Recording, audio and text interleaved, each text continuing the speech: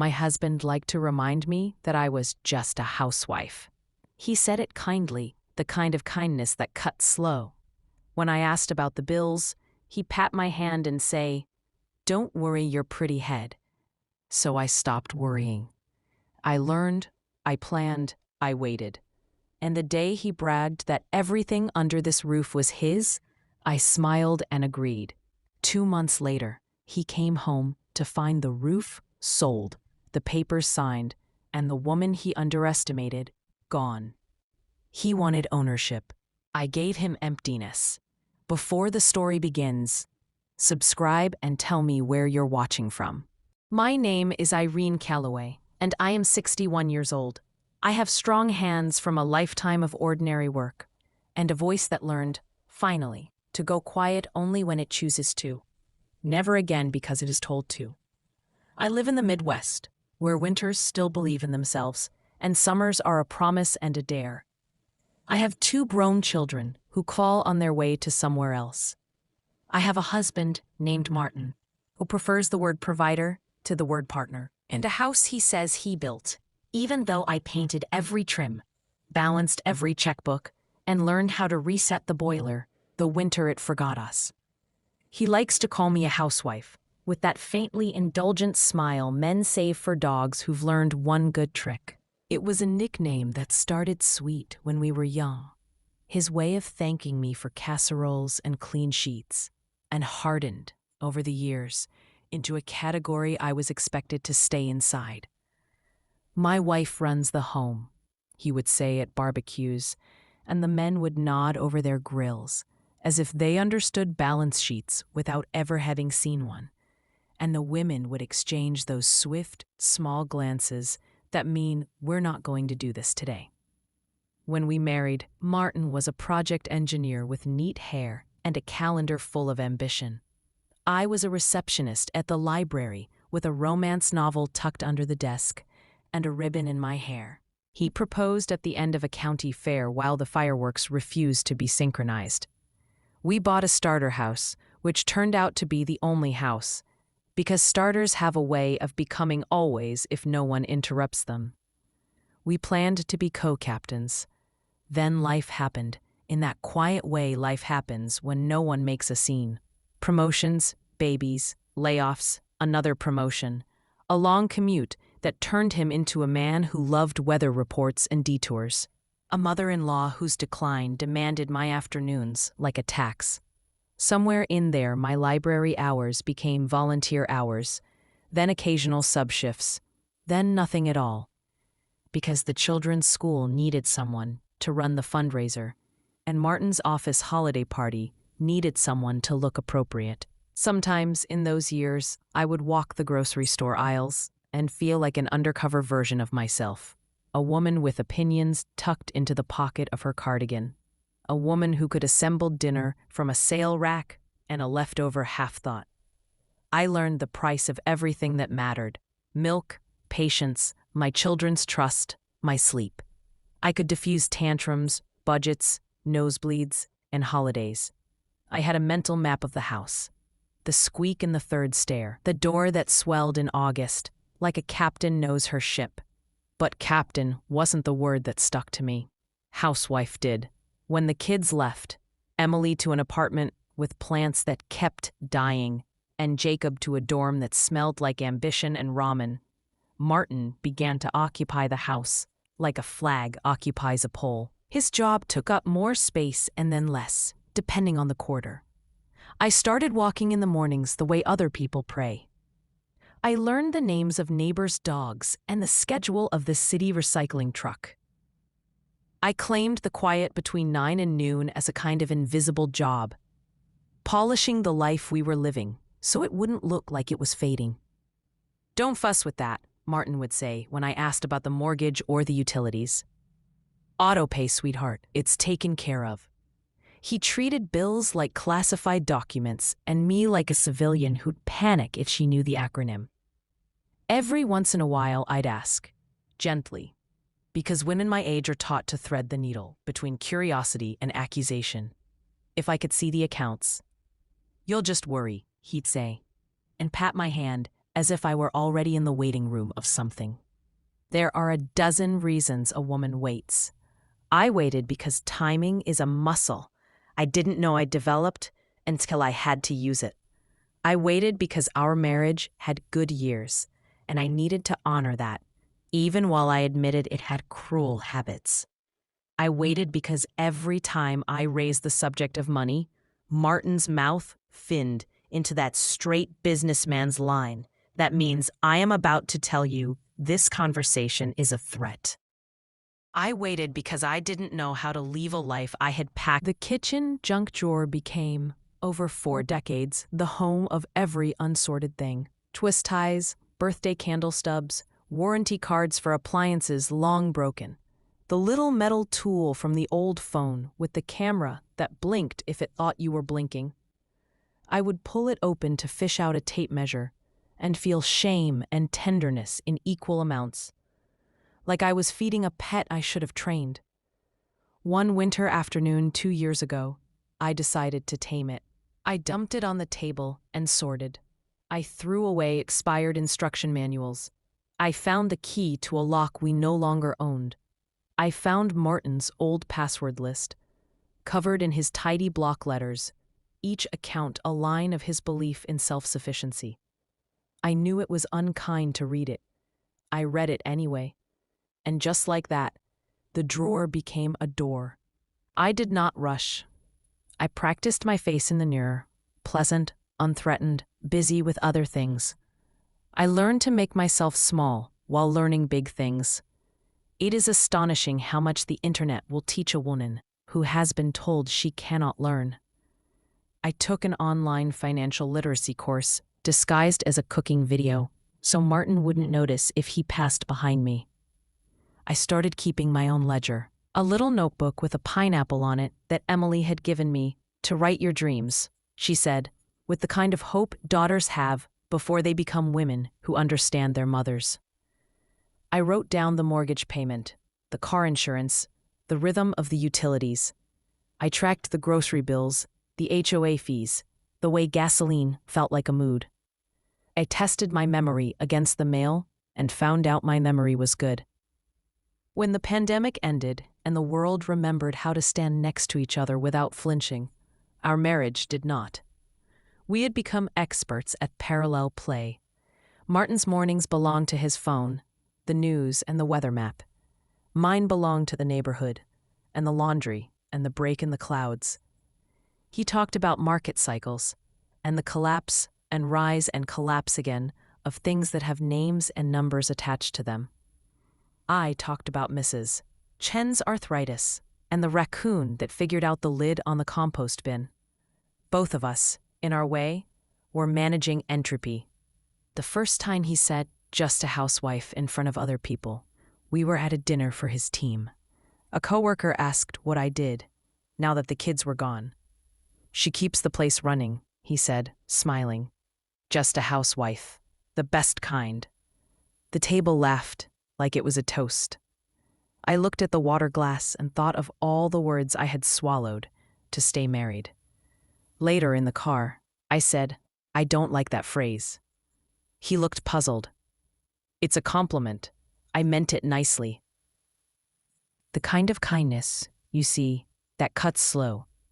In January of this year, he announced we were in the garage where he keeps the family calendar as if the family were a company, that he wanted to refinance. "Rates are decent," he said. "We can shave a point, maybe 2. I asked why if the mortgage was on track. He gave me that patient look reserved for summer interns and wives. "The house is an asset," he said. "We leverage assets. Don't worry your pretty head." Then he kissed my forehead, like punctuation. I said, "All right," and made soup. I put the soup in the bowls and put the bowls on the table and put my hands in my lap and smiled, because I have learned that a woman can be nuclear under a cardigan and no one will notice if the napkins match. I spent February quietly. I met with Nora, the librarian at the branch where I used to shelve, who now runs a Tuesday morning Money Matters group for women who thought they weren't allowed to ask questions. We sat in the back with our paper cups of coffee and our pencils. I listened to women older than me, younger than me, women who had divorced, women who had buried husbands, women who were still married and learning to negotiate with a man who confused secrecy with leadership. We wrote down words that used to scare me: escrow, amortization, contingency, and I watched them shrink into vocabulary. I stayed after and practiced logging into my own bank account, the small one I had opened 2 years ago for craft supplies, and which had, because of discipline, turned into a number with more commas than I thought I deserved. I also met a lawyer. Her office was above a bakery, which felt like a sign that not all grown-up choices have to taste like chalk. She had hair like a halo, and a way of talking that made me feel like a human and not a risk profile. We discussed things I had never said out loud. That my husband was not cruel, but he was controlling. That I did not want to blow up my life, but I did want to be the person holding the match. That I needed to know how to leave, even if I chose to stay. She taught me about titles. Our deed, it turns out, had my name on it, tenants by the entirety, the phrase that sounds like a poem until it isn't. She explained what happens when one party moves without the other party's signature, what it means to separate finances in a community where everyone knows your name at the farmer's market, how to document what I have built with my labor, though it cannot be itemized. "Do you want a divorce, Irene?" she asked at the end of our first meeting. "No," I said, and let the words surprise me by how true it felt. "I want a life." "Those are not mutually exclusive," she said gently, "but they are sometimes expensive." Outside, the street smelled like butter and sugar. I stood with my hand on the railing and watched 2 college students argue about a band I had never heard of. I thought of the woman I had been at 21, brisk, romantic, certain that we could both be oxygen to each other. And I thought of the woman I was now, brisk, practical, certain that I had been holding my breath for too long. In March, the market cooled. Martin came home smaller. "Though consolidating," he said, which is the word companies use to mean a person's biography has been moved into a box. He was not fired, he was discouraged. He began to speak more loudly about ownership. "Everything under this roof is mine," he said one Friday night when the credit card was declined at the steakhouse because the server entered the tip wrong. He was embarrassed, and embarrassed people become prosecutors. "I pay for this life," he said. "Everything you see, mine." "I see you," I said. And the sentence sounded like a vow and a diagnosis both. He did not hear it that way. That night I lay awake and counted the number of times in a month a woman can be chipped without realizing she is becoming gravel. I counted the number of times he had asked me about what I wanted to learn this year. 0. I counted the number of keys I had in the ring by the back door and thought, suddenly, I might be able to leave with exactly this handful. I did not plan, not yet. I rehearsed. I rehearsed packing in my head. I rehearsed what I would take if I had to leave in an hour. The pineapple notebook, the box of photos under the bed, my mother's recipes written in a tense, optimistic cursive, the ring that isn't expensive but knows my finger, the spare chargers, the tea tin, 2 good towels, my walking shoes, the small fireproof safe with the documents the lawyer told me to gather if I was serious about protecting my future, even if I stayed. I did not cry. I slept for 2 hours and woke up thirsty. Spring broke open with its annual arrogance. The dogwoods performed. People planted hope in front yards. Martin took to walking around the house, listing improvements we would do once we refinance. New countertops, a deck, maybe a hot tub because we've earned something. He talked about the house like a trophy and sometimes like a prison. Both to men like him. I do not want you to think Martin is a cartoon. He has a good laugh and a way of cutting grapefruit that turns breakfast into geometry. He can make our grandchildren believe in a tooth fairy with a single raised eyebrow. He knows the birthdays of the men he manages and buys them cupcakes without making it weird. He also learned, somewhere, that power equals privacy and softness equals risk. He has a father's voice that can quiet a room and a husband's voice that can ruin one.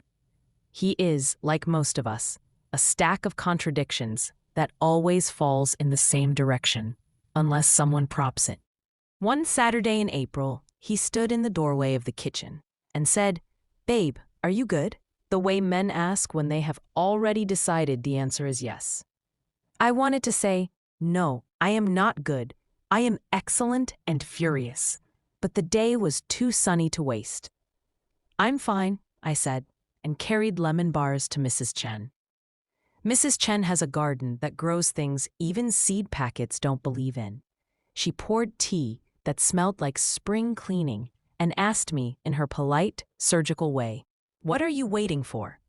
I tried to pretend I didn't understand.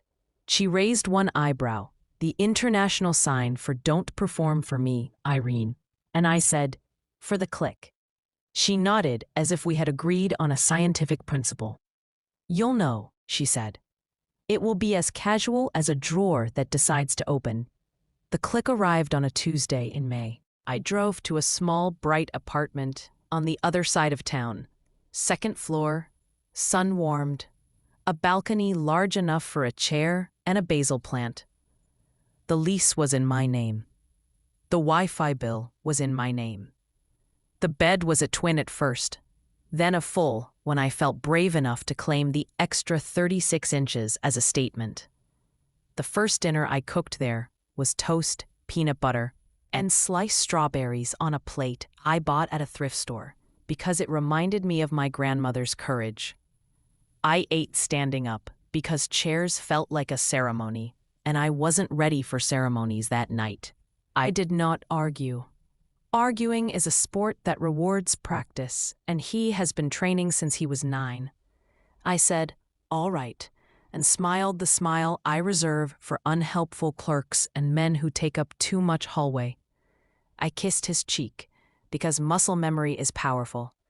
Then I took my pineapple notebook and I went to the bedroom and I wrote, "I choose the door." The lawyer found a way. Not a trick, a truth.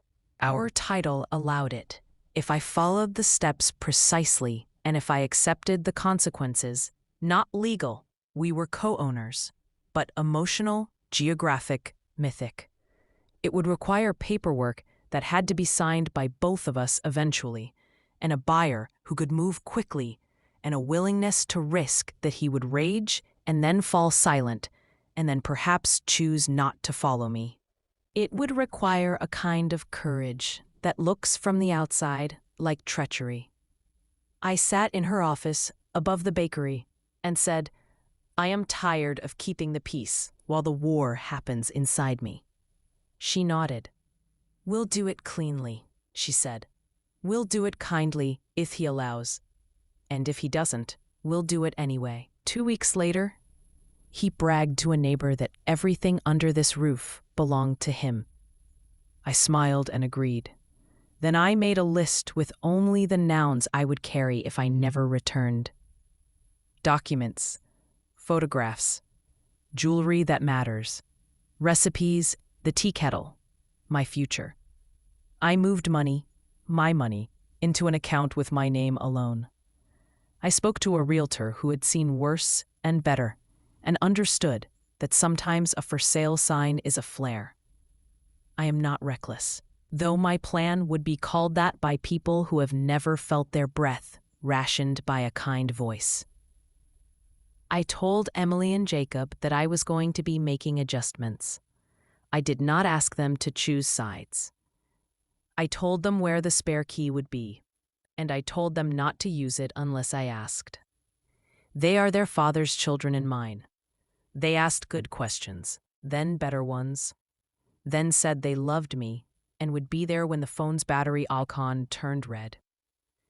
When the house went under contract, fast, Because the world wants what photographs well.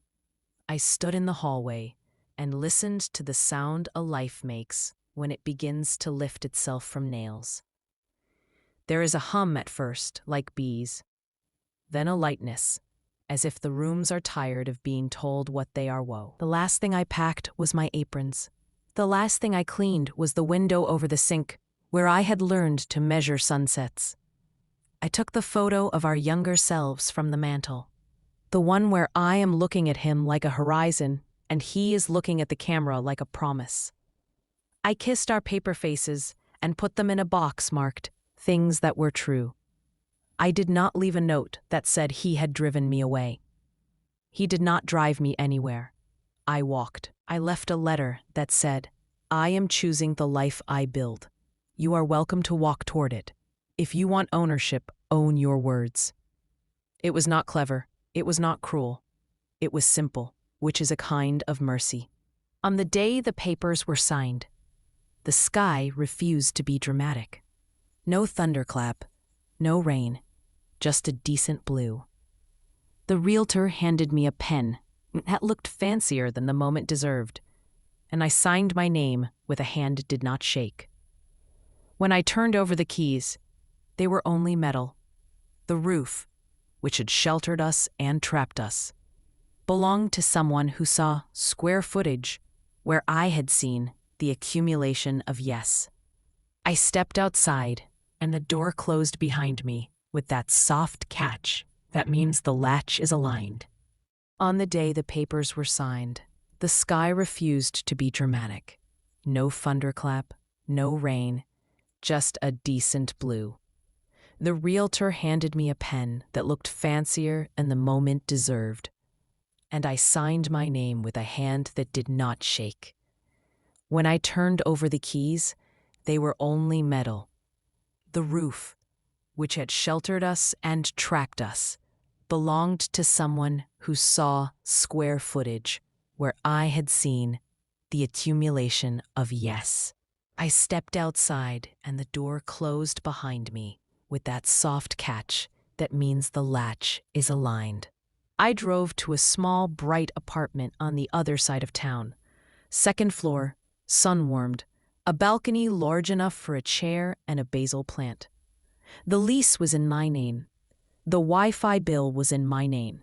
The bed was a twin at first, then a full when I felt brave enough to claim the extra 36 inches as a statement.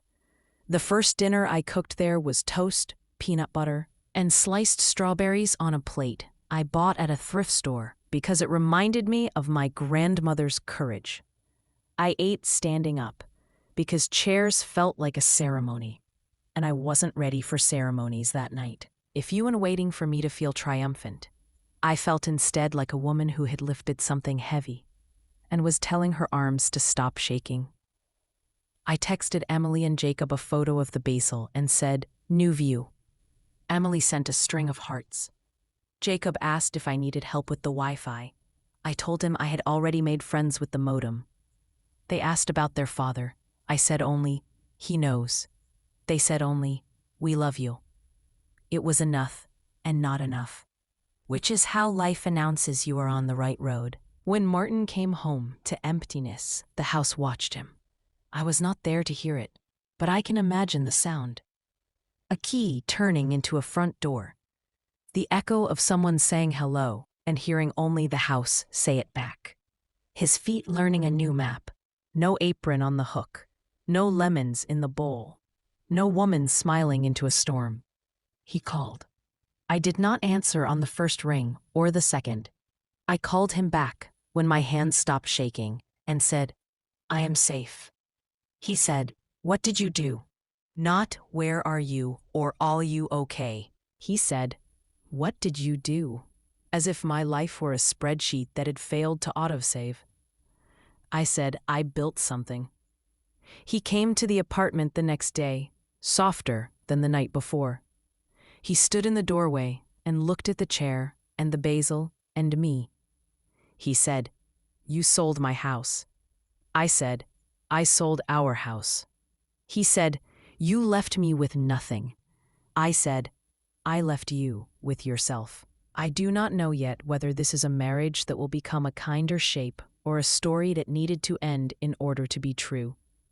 I only know I am alive in a way I recognize.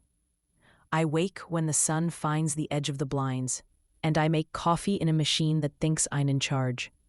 And I walk without needing to explain why I turned left.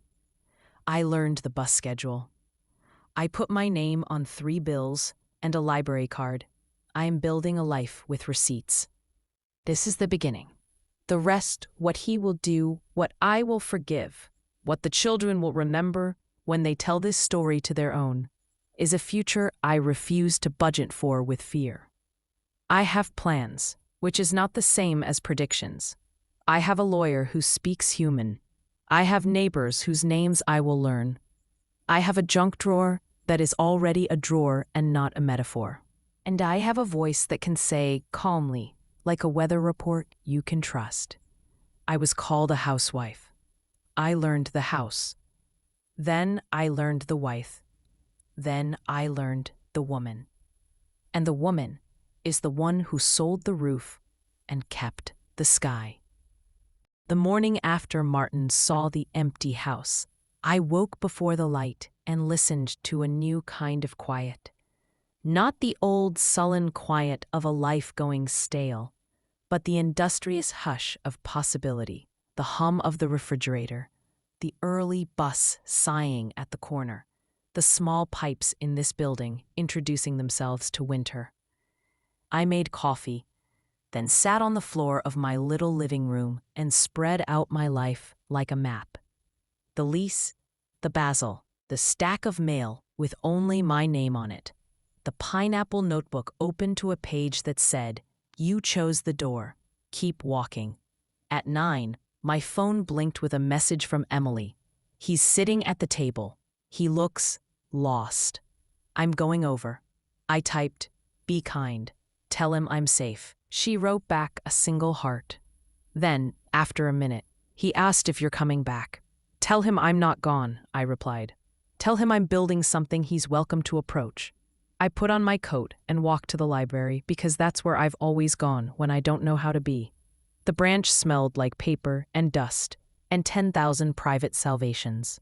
Nora waved me toward the back room where the Tuesday women were already collecting their cups and questions. Today's topic on the whiteboard, negotiation after silence. I sat, the way I used to as a girl in church, hoping the sermon would find me.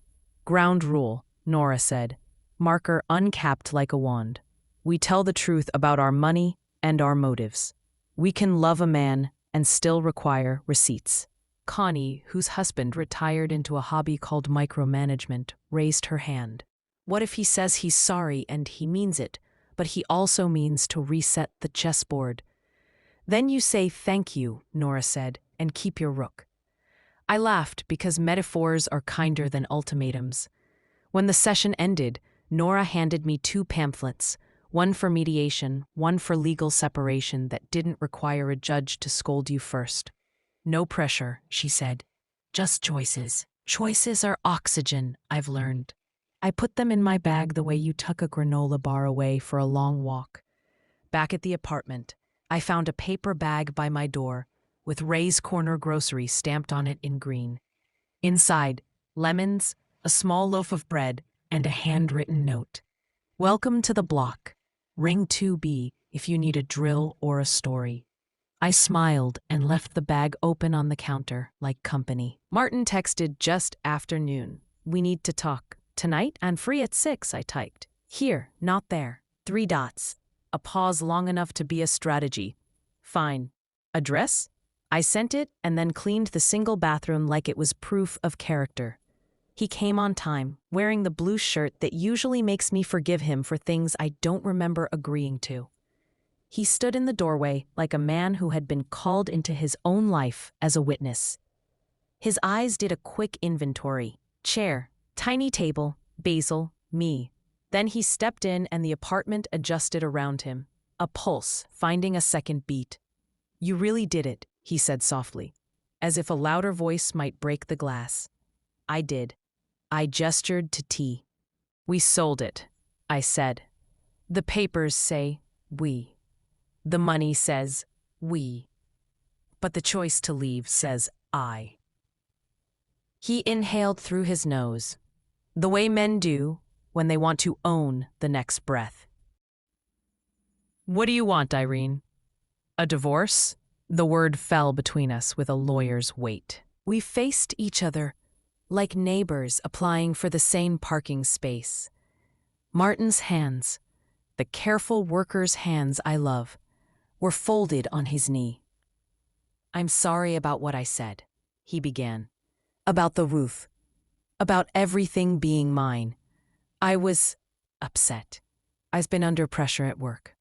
You've been under pressure for 30 years, I said, not unkindly. It doesn't excuse the sentence.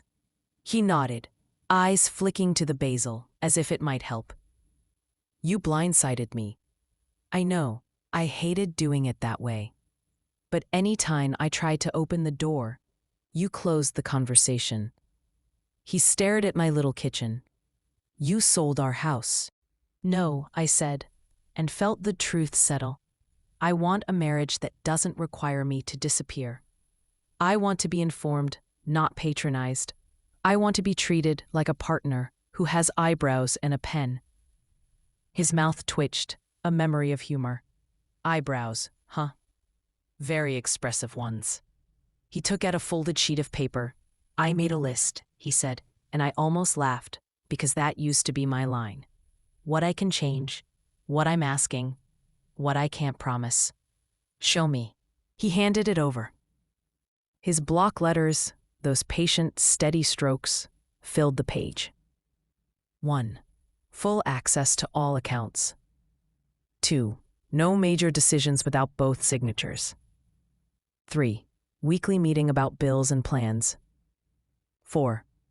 Counseling, underlined twice. Under ask, 2 items, move back, then smaller, forgive me for making you small. Under can't promise, he had written, I won't get scared, then crossed it out and replaced it with, I'll say I'm scared before I act like I'm in charge. I handed the paper back. Good list, I said. It reads like a beginning. Is it enough? He asked. For you to come home? I don't know yet. Honesty is a muscle that shakes at first. I'm not punishing you. I just need space where every object doesn't carry a history you own. He looked past me to the balcony. A bus sighed at the corner. I can rent an apartment for a while, he offered suddenly. You take the house. Well, not the house. You take the choice. I'll visit. I'll show up with cupcakes and a calendar and a face that's learning. We don't need theatrics, I said gently. We need evidence. He folded the list back into a small square. I hate that you did this without telling me. I hate that telling you would have stopped me. We sat in the kind of silence that isn't empty. It's a room where new rules wait to be named. He reached into his pocket and took out a key. It wasn't our house key. It was a little locker key from the gym he never used. He turned it in his fingers. I kept thinking, he said, about the day I told you not to worry your pretty head. I said it because I believed that shielding you was love, because that's what my father did to my mother, and what every man at the plant did to his wife, and no one ever set our heads on fire for it. I didn't notice I was cutting you off from air. I don't know how to apologize to a decade. Start with a year, I said. Start with this week. He nodded. This week, then. He stood and looked around my small kingdom. You're okay? I'm more than okay, I said. I'm sore and relieved. He smiled, a real one, crooked like the line of a life unstraightened. I miss you. I miss you too, I said. And it was true in the complicated way truth often is. After he left, I leaned against the door and took 3 long breaths, like a swimmer who finally found the edge. The room brightened, as if it appreciated our manners. I texted Emily and Jacob the simple update. We talked. He's trying. I'm not moving. They sent their versions of relief. Emily with exclamation points, Jacob with a thumbs up and a link to a budgeting app that doesn't talk down to you. The week found a new rhythm. On Wednesday, I met with the attorney again. We spoke like two women whose lives had made them precise. He wants counseling, I said. She nodded. Good. Couples counseling is useful when both people understand that the therapist is not a referee. She reviewed the separation of finances checklist, circled 2 items I'd missed, and slid me a business card for a mediator who believes in chairs for both parties. When I left, the bakery downstairs handed me a small paper bag. Nora paid for a lemon tart, the clerk said. I almost cried into the powdered sugar. On Friday, Martin texted to say he'd made the first counseling appointment. Sunday at 3, Dr. Patel. She's highly recommended. I'll be there, I replied, and added, because I'm trying to be the person I want to be. Thank you. Saturday, I walked to a community center class titled Work Reentry for Women Over 50. A terrible title, a useful room. Alma from photography was there, and 3 women from Nora's group, and a grandmother who wanted to learn spreadsheets because my grandson speaks Excel. We practiced elevator pitches for lives we were still building. When it was my turn, I said, I'm Irene. I am good with people, with books, with small systems that keep families alive. I want work that pays money and respect. The instructor clapped like I'd found the verb. That night, Martin called. Can I take you to dinner after therapy tomorrow? He asked. Not a steakhouse. Someplace with napkins that look like they've seen things. There's a diner near Dr. Patel's office, I said. The kind with pie you can trust. Perfect. Sunday's sky opened like a palm. In the waiting room, we sat in chairs that pretended to be neutral. Dr. Patel had a voice that could teach nervous dogs to sleep. We're not here to prosecute, she said. We're here to practice new sentences. She asked us to describe the moment the roof became a metaphor. Martin spoke first, habit. I lost my jawed security in March, he said, staring at a middle distance. Everything started feeling slippery. Owning felt like a life raft. I grabbed the house because it's the only thing that doesn't move when the market does. And Irene? Dr. Patel asked gently. I grabbed air, I said. Then I learned it had handles. We talked for an hour in loops, past and present, hurt and habit, belief and behavior. Martin apologized without asterisks. I accepted without speeches. When the session ended, Dr. Patel gave us homework. 3 conversations that begin with, I feel, and 1 financial meeting where I hold the mouse. We walked to the diner. The waitress called us Han, and the pie tasted like middle school bake sales. Martin watched me over the rim of his coffee. You look taller, he said. I put my name on the lease, I said. It adds an inch. He reached across the table and didn't touch my hand, which was progress. I want to ask you something and I need you to answer like I'm not fragile, he said. Will you consider a timeline? Not to move back, just to evaluate. 4 months? 6? He was sweating from the courage of not knowing the answer. 4 months, I said, with milestones. What kind? Joint account transparency. A new will that we both understand. No decisions labeled boring in my direction. And 1 room, whatever we live in, that is mine on paper and in practice. He blew out a breath. Deal. Also, I added, I want to work. You always have. I mean paid, I said, with taxes and a schedule and coworkers who will complain about the copier with me. Where? The library if they'll have me, or the community center, or the bakery above my lawyer's office if they need a woman who knows lemon. He smiled with that crooked line. I'd eat the evidence. The next 2 weeks moved like a careful waltz. Some days we stepped on each other. Some days we remembered the rhythm. We opened accounts on my laptop while I drove the cursor and he practiced not narrating. We put the attorney on speaker and asked stupid questions bravely. We told the children, together, that we were trying to build a bridge we both wanted to walk. Emily cried. Jacob Googled mediators and sent rankings like a love letter. I bought a second chair for my balcony. Martin brought a plant that refuses to die. We watered both with more intention than talent. Then the world did what it always does when it notices a woman stepping out of frame. It offered opinions. A neighbor texted Emily that she'd heard. I ran off. Martin's friend sent him an article about wives in midlife upending stability. My sister called to ask if I was having a crisis or a renaissance. Both, I said, and she laughed, because sisters know that's a fair diagnosis. One evening, Martin arrived at the apartment with a box. Inside, papers. Our papers. He set them on my table like a peace treaty. Pick what stays with you, he said. Birth certificates, titles, the last 10 years of taxes. I'll scan everything you don't want to store. No secrets. He opened the lid and waited. I chose calmly, deliberately, not because I was trying to perform wisdom, but because speed had done enough damage. I kept our marriage certificate. It felt like history, not a leash. I kept the letter his mother wrote me the week we married. Make space for your mind, Irene. I kept the spreadsheet with the amortization table because numbers that once scared me now felt like domesticated animals.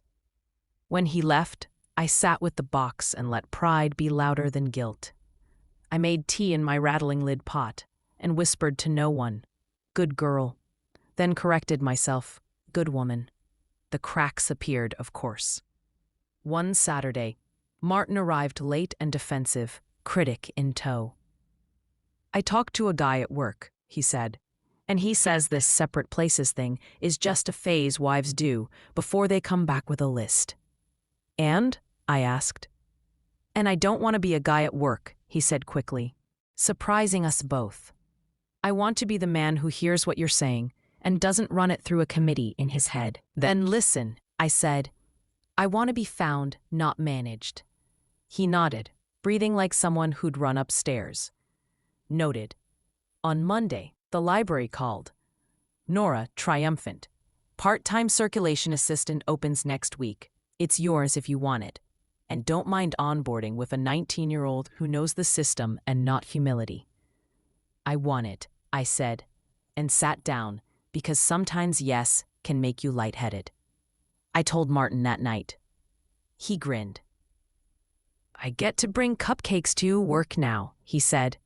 Permission granted, I replied, if you label them correctly. We ended the month with a dinner that did not turn into an audit.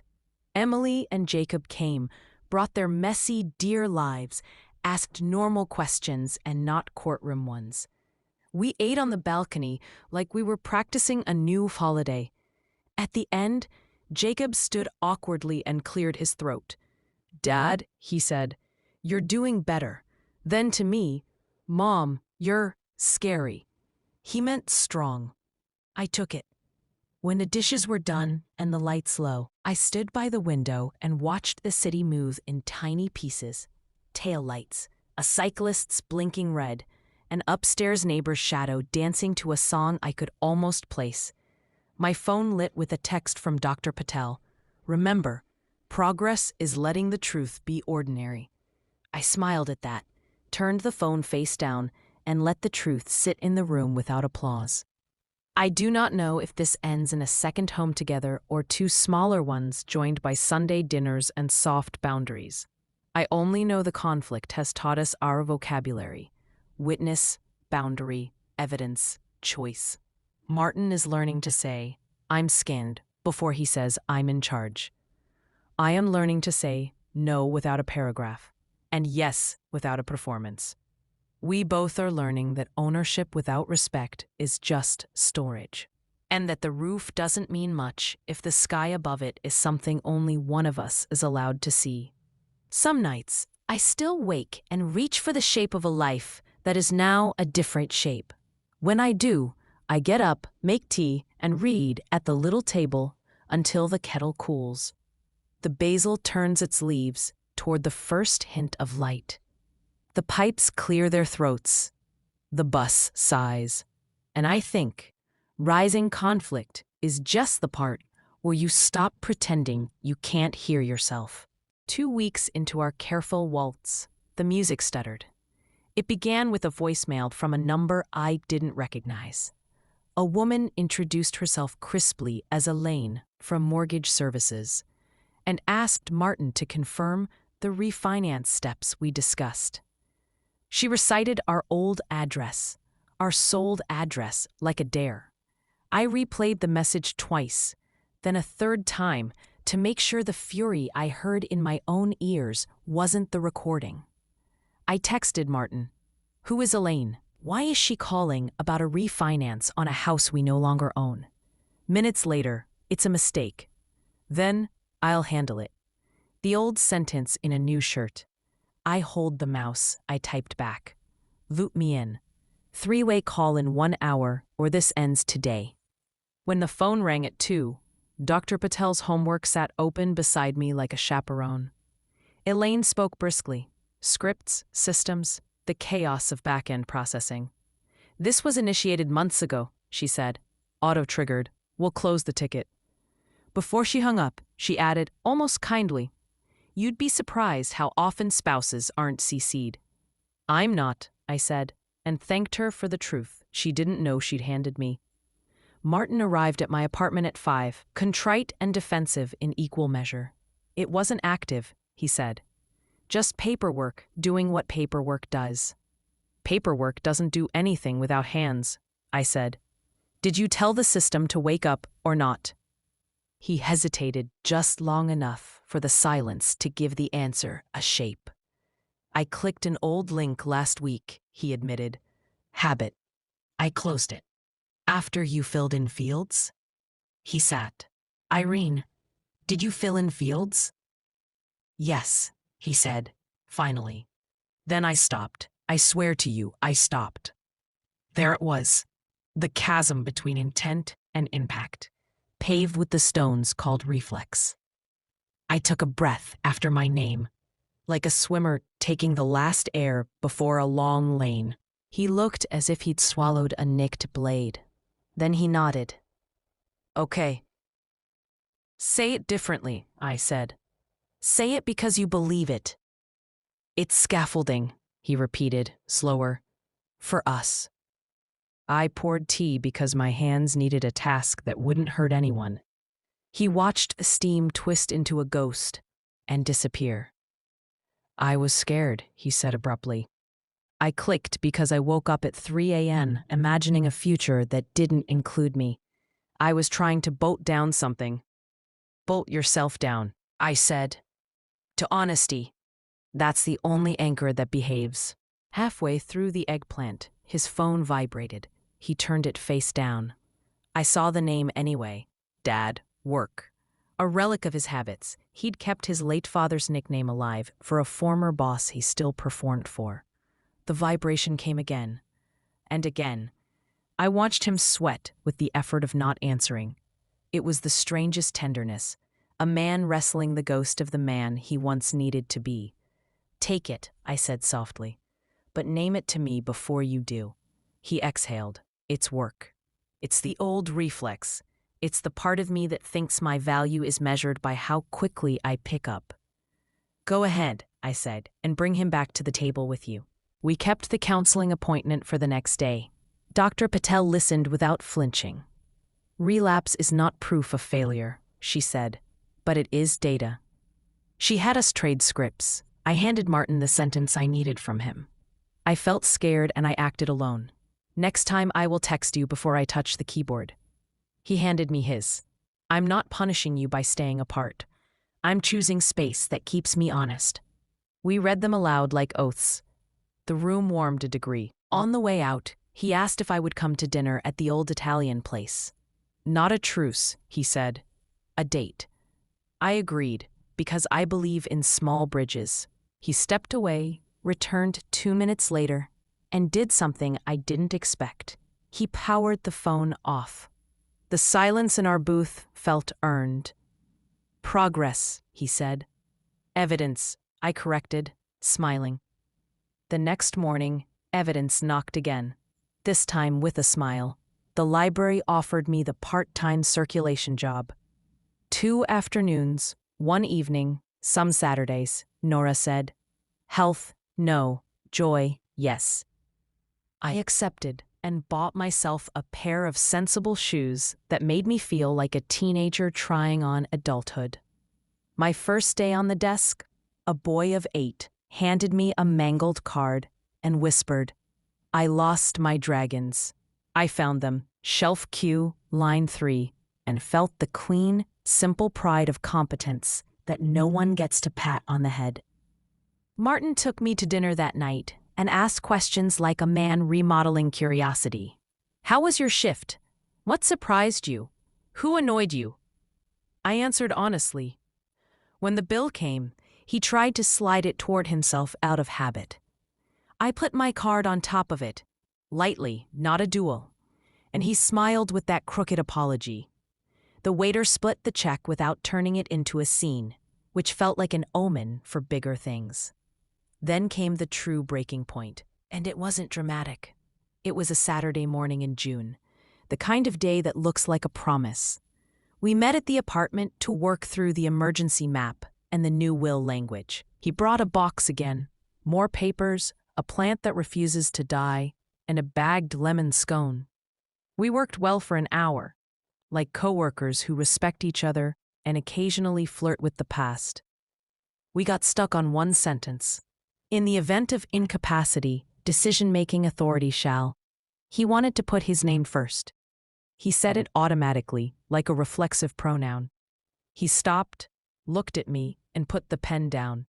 That's the part, he said quietly, where I usually take the wheel because I can, not because I should. Notice it, I said, then choose. He slid the paper toward me. You first, he said, and watched me write. His eyes filled and didn't spill. Thank you, he said. I don't know how to be grateful without sounding like I'm campaigning. Try quiet, I said. Gratitude likes quiet. We finished. We filed. We taped the new plan inside the cabinet next to the old. We stood there a moment, like people admiring a painting they didn't expect to understand. He washed the 2 mugs while I dried, and the ordinariness calmed the part of me that thinks only grand gestures count. And then he said, almost conversationally, what if we sell the house proceeds and buy something smaller together? The air thinned. Say that again, I said. He blinked. I mean, not now. Someday. A little place. Porch. We'd co-title, equal, start over. For a beat, I heard only the old music, the roof, the mine, the invisible ledger. Then my hearing returned. He was trying. He was also testing the old shape. I'm not ready, I said. I might never be. This apartment is not a waiting room. He nodded, quick, shame at his cheeks. I'm sorry. That was the old salesman in me, drafting blueprints no one ordered. It's okay to want, I said. It's not okay to plan for me. He took the correction like a man swallowing a vitamin that scratched. Noted. We didn't end with a kiss.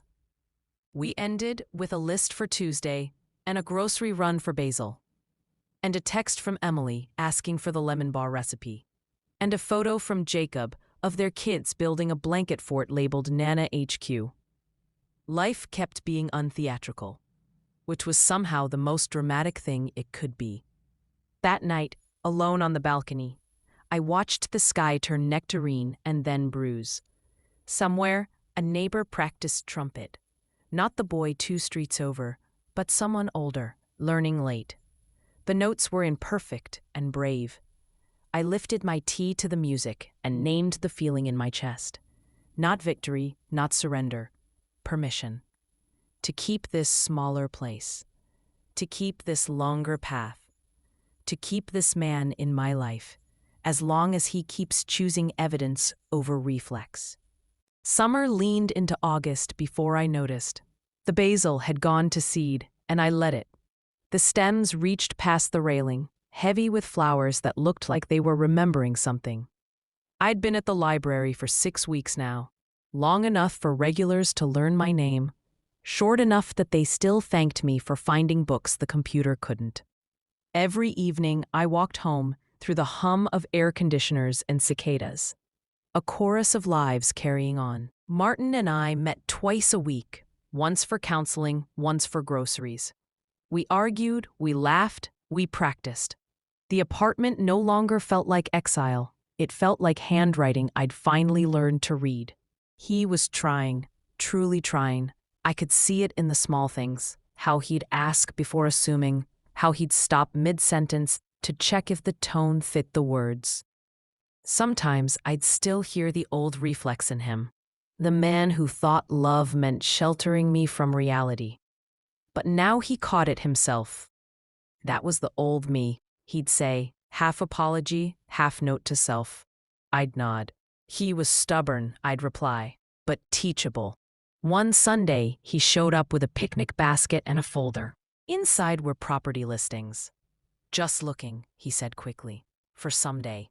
A place neither of us owned before. He wasn't trying to claim, he was trying to share the view. We spread the pages on the grass like tarot cards, imagining futures we didn't have to commit to yet.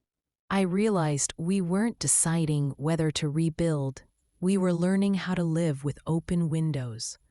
Sometimes I'd wonder if people like us ever stop negotiating between who they were and who they're still becoming. I don't think so. But maybe that's what love looks like after 60. Not certainty, but the courage to keep rewriting the terms. At night, the apartment glows like a lantern, soft light, kettle steam, one mug left drying beside the sink. I sleep in the middle of the bed now, not out of defiance, but comfort. The house we sold doesn't haunt me. It visits sometimes, polite. Last week, Martin came over to fix a squeaky hinge. "You don't need me for this," he said. "I don't," I answered, smiling. "But I wanted to see if you'd show up." He did, quietly, with the right wrench this time. "So maybe we'll stay married. Maybe we'll become good friends who once shared a lifetime. Either way, I've stopped measuring worth by roofs and rings. My name is on enough things now. Bills, paychecks, stories, keys. I don't need ownership anymore. I have authorship. And that's enough." If your partner once underestimated you, then saw your strength too late, would you open the door again or keep walking toward your own life? Tell me in the comments, what would freedom look like to you? Thanks for watching.